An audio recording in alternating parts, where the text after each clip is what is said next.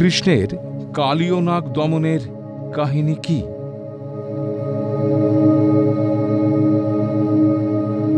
কৃষ্ণ শ্রী বিষ্ণুর অবতার রূপে আবির্ভূত হয়ে বিভিন্ন সময়ে অনেক অসুর এবং অন্যান্য অশুভ শক্তিকে বধ করেছিলেন। এদের মধ্যে কংস, কালীয় নাগ, জরাসন্ধ, শিশুপাল, প্রলম্ভ, ধেনুক, অরিষ্ঠাসুর, কবন্ধ, বকাসুর, অঘাসুর, বভ্রুবাহন এবং বহু অশুভ যোদ্ধাকে তিনি বধ করেছিলেন। তেমনি একজন ছিলেন এই কালীয় নাগ। কালীয় নাগ কে ছিলেন? পূর্বজন্মে কালীয় নাগ ছিলেন একজন যোগী রাজা। একবার এক কুষ্ঠরোগে আক্রান্ত অসুস্থ বৈষ্ণবকে তার রাজ্যে আশ্রয় দিতে অস্বীকার করেছিলেন। সেই অসুস্থ বৈষ্ণব রাজাকে তার রোগের কারণ এবং নিরাময়ের উপায় জানালেন। উপায় হল, যোগী রাজার পা ধোয়া জল পান করলে তার রোগ নিরাময় হবে। কিন্তু রাজা তা করতে রাজি হননি, বরং ওই অসুস্থ বৈষ্ণবকে তাড়িয়ে দিলেন। অসুস্থ বৈষ্ণবের অপমানে শ্রী বিষ্ণু ক্রোধিত হয়ে যোগী রাজাকে অভিশাপ দিলেন। কাশ্যপ মুনির পত্নী কদ্রুর গর্ভে সেই রাজা কালীয় নাগ রূপে জন্ম নেন। কালীয় নাগের বাসস্থান ছিল রামনক দ্বীপ, কিন্তু গরুরের ভয়ে তিনি সেখান থেকে পালিয়ে বৃন্দাবনের পাশে যমুনা নদীতে এসে আশ্রয় নেন। গরুর যমুনা নদীতে আসতে পারেন না, কারণ এক ঋষি যোগী গরুরকে অভিশাপ দিয়েছিলেন। অন্য মতে কালীয় নাগ পূর্বজন্মে ছিলেন দেবশিরা নামে এক মুনি।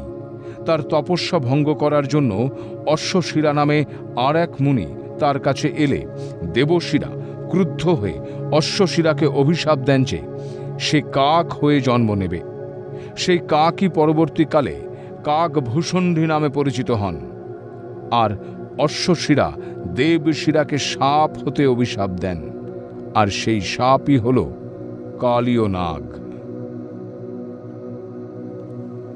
হিন্দু পুরাণ অনুসারে বৃন্দাবনে যমুনা নদীতে বসবাসকালে এক বিষাক্ত নিঃশ্বাসের দ্বারা নদীর জলকে বিষাক্ত করে রেখেছিল, কেননা কোনো প্রাণী, পাখি বা পশু তার কাছাকাছি যেন যেতে না পারে এবং নদীর জল যেন ব্যবহার না করে।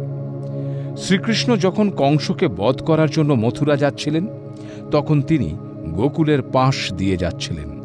গোকুলের পাশে যমুনা নদীতে কালীয় নাগ বাস করত, যার বিষাক্ত প্রভাবে নদীর জল দূষিত হয়ে গিয়েছিল। নগরবাসীর দুঃখ দুর্দশার কথা শুনে শ্রীকৃষ্ণ সেই নদীতে ঝাঁপ দেন। কালীয়র সাথে শ্রীকৃষ্ণর ভীষণ যুদ্ধ হয়। শ্রীকৃষ্ণ কালীয়কে পরাজিত করেন এবং তার ফনা থেকে ওঠা বিষাক্ত নিঃশ্বাস বন্ধ করেন। এরপর শ্রীকৃষ্ণ কালীয়র ফনার ওপর নৃত্য করেন, যা ওই কালীয়র অহংকারকে চূর্ণ করে দেয়। কালীয়র স্ত্রীরা এসে শ্রীকৃষ্ণের কাছে তার স্বামীর জীবন ভিক্ষা চায় এবং কালীয়কে ক্ষমা করে দেবার জন্য অনুরোধ করে। শ্রীকৃষ্ণ তাদের কাতর প্রার্থনায় বিগলিত হয়ে কালীয়কে ক্ষমা করে দেন, তবে তাকে এই শর্তে মুক্তি দেন যে সে আর কখনো এই যমুনার জলে বসবাস করবে না এবং সে যেন রামনক দ্বীপে চলে যায়।